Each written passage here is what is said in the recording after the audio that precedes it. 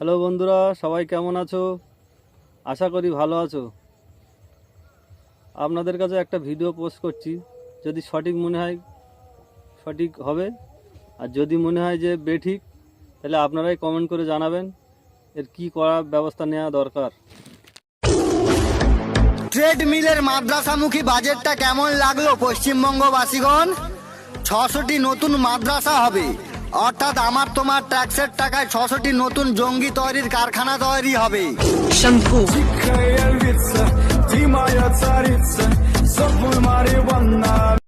শোন ভাই, মাদ্রাসায় জঙ্গি তৈরি হয় না।